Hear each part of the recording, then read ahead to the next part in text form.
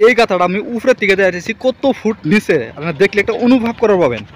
দেখেন প্রায় 20 foot down. এই 20 ফুট ডাউনে যদি মানুষ একটা যদি বাইক নিয়ে রাতের বেলা চলাচল করার টাইমে যদি জায়গা, তাহলে কি একজাক্টলি বাঁচবো? কি নিশ্চয় বাঁচবো না, মানুষ কিন্তু মারা যাব।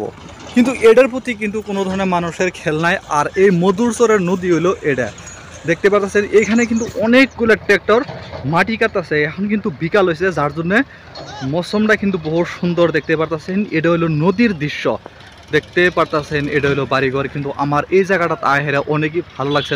আপনারা যদি চ্যানেলে আমার নতুন হয়ে থাকেন তাহলে চ্যানেলটা সাবস্ক্রাইব করে দিবেন, আর ভালো লাগলে একটা শেয়ার করে দিবেন, যেন আপনার ঘরের জন্য যেন আমি হয়তো কিছু জায়গা যা হেরা যাতে আপনার ঘরের সাথে যেন আমি শেয়ার করব ভাই। আর আমরা কীরকম জায়গাত বসবাস করি তাই আপনাদের লগে আমি শেয়ার করলাম। হয়তো আমি ন্যাচারাল সিটিতে বসবাস করি না, তার জন্য আমি গ্রামের পরিবেশগুলো দেখায় ভালো পাই, বা আমি গ্রামের পরিবেশ থেকে আমি ভালো পাইতে। আর এরা কারা কারা গ্রামের পরিবেশটা পছন্দ করেন এই মানুষগুলো কমেন্ট করবেন, জানাবেন।